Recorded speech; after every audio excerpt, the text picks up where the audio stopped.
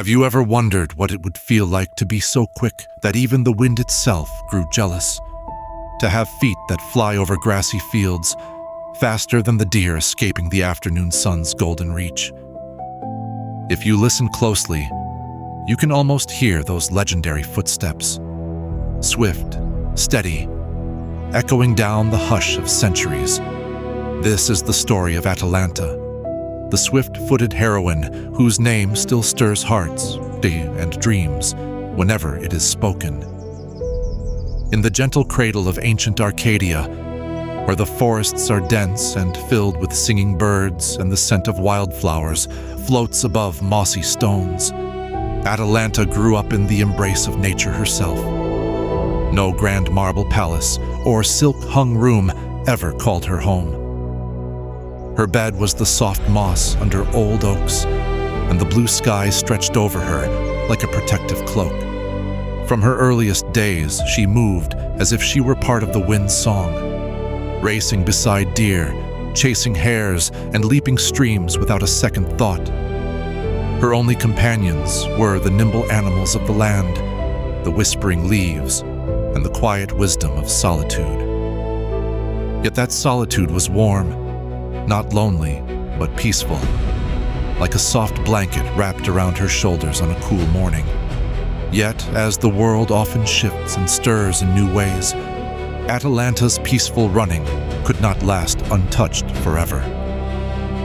Word began to spread through the scattered villages of Arcadia, floating from shepherds to travelers, and growing with every retelling.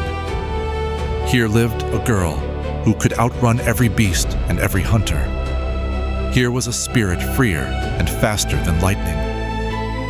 Of course, in a world shaped by the wishes of gods and the ambitions of mortals, such talk could never remain ordinary gossip. Soon, the winds carried those whispers to the ears of suitors and kings, all eager to test the truth themselves. But Atalanta, wise beyond her years and as untethered as a mountain breeze, knew her own heart better than anyone. She declared, with a gentle but resolute tone that held like a stream's steady current, that she would marry only the man who could defeat her in a foot race. Any who dared and lost must pay the heaviest price. Failure would cost them their life. The stakes grew sharper, the forest grew quieter, and yet Atalanta felt a peace within the challenge she offered. Running was not simply how she moved. It was who she was. To run was to be wild, to feel the world's rhythms beneath her feet, to let her heart echo with every joyous stride. The prospect of a challenge did not frighten her. It simply made her spirit stand a little straighter, her laughter carry a little farther into the trees. And so, a line of bold, hopeful suitors gathered, each certain that his speed or wit could match hers. Some offered fine gifts, gleaming pearls, jeweled daggers, cloaks embroidered with golden thread, but Atalanta accepted nothing but the promise of the race. The starting line was always the same, a grassy stretch where the field met the trees, sun-dappled and open to the sky.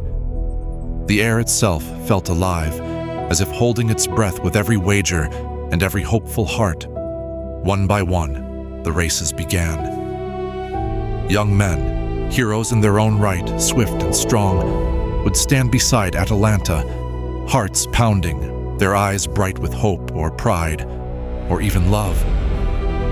But when the race commenced, it was always Atalanta whose feet barely grazed the earth, whose body bent with perfect grace, who reached the finish with a smile, never out of breath, never losing that quiet joy.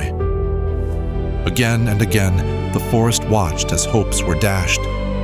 Yet, for Atalanta, each race was simply another journey through sunlight and shadow, another chance to feel the wild, simple happiness of running for its own sake. The world around her glowed with a gentle promise. You are free, you are swift, you are wholly yourself. But a single question lingered in the world beyond the trees. Would there ever be someone clever enough, swift enough, or fated enough to win Atalanta's hand? The gods, it seemed, could never resist meddling in mortal affairs, especially when love, pride, and destiny were entwined. It was then, as the last light of day warmed the leafy canopy, that a young man named Hippomenes arrived to watch the races. He did not come to boast, nor to flaunt his speed. Instead, he stood quietly, his eyes watching Atalanta not with envy or challenge, but with gentle admiration and a kind of awe that comes from recognizing something rare. Hippomenes, wise and thoughtful, understood that skill alone would never be enough against someone as remarkable as Atalanta. He walked among the great temples and in silent prayer sought the help of the goddess Aphrodite herself. Moved by his heart's sincerity, Aphrodite bestowed upon him 3 golden apples, each glowing with the rosy warmth of a new dawn. On the day of his race, the field was bright, the grass lush and soft, and the sun shone gently. Atalanta and Hippomenes stood side by side, the world still and hushed, as if everything that had come before pointed to this single moment. The race began, and with it the world seemed to lean in, waiting for the outcome. Atalanta surged ahead, her hair streaming behind her like a living banner, her breaths even and strong. Yet, when Hippomenes was close behind, he rolled 1 golden apple into her path. Its radiant sheen caught Atalanta's eye. Such beauty among the green, and she slowed, drawn for just a heartbeat's curiosity. Hippomenes passed her, and Atalanta grinned, a spark of delight flickering in her gaze. Twice more, Hippomenes used the apples, and each time, curiosity tugged at Atalanta's heart just enough for her to pause. The race was close. So close the forest itself seemed to watch in breathless anticipation. In the final moments, with the last apple clutched in her hand and wonder in her eyes, Atalanta found herself at the finish after Hippomenes. For the first time, she had not won.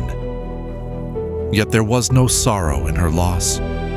Instead, she felt as if she had discovered something curious and bright, a new path forward that she had never noticed before. Atalanta, smiling, accepted Hippomenes as her partner, not because he was faster, but because he respected her spirit, her wildness, and her freedom. In this moment, 2 hearts found harmony, neither one outpacing the other, both carrying the gentle joy of the race within themselves. Legend says that Atalanta's feet never truly lost their swiftness. In the quiet moments of dawn, when mist hangs softly between the trees, you might hear the echo of her laughter, light and easy, or glimpse the memory of her race shimmering across the grass. Her story remains a song of freedom, of joy, and of knowing your own heart. So, as you breathe in and let your thoughts drift, remember Atalanta. Feel the comfort of her courage and her wonder, wrapping around you like a gentle breeze. The world, after all, is always waiting, quiet and calm, for those who wish to run, to dream, and to simply be exactly who they are at their own perfect pace.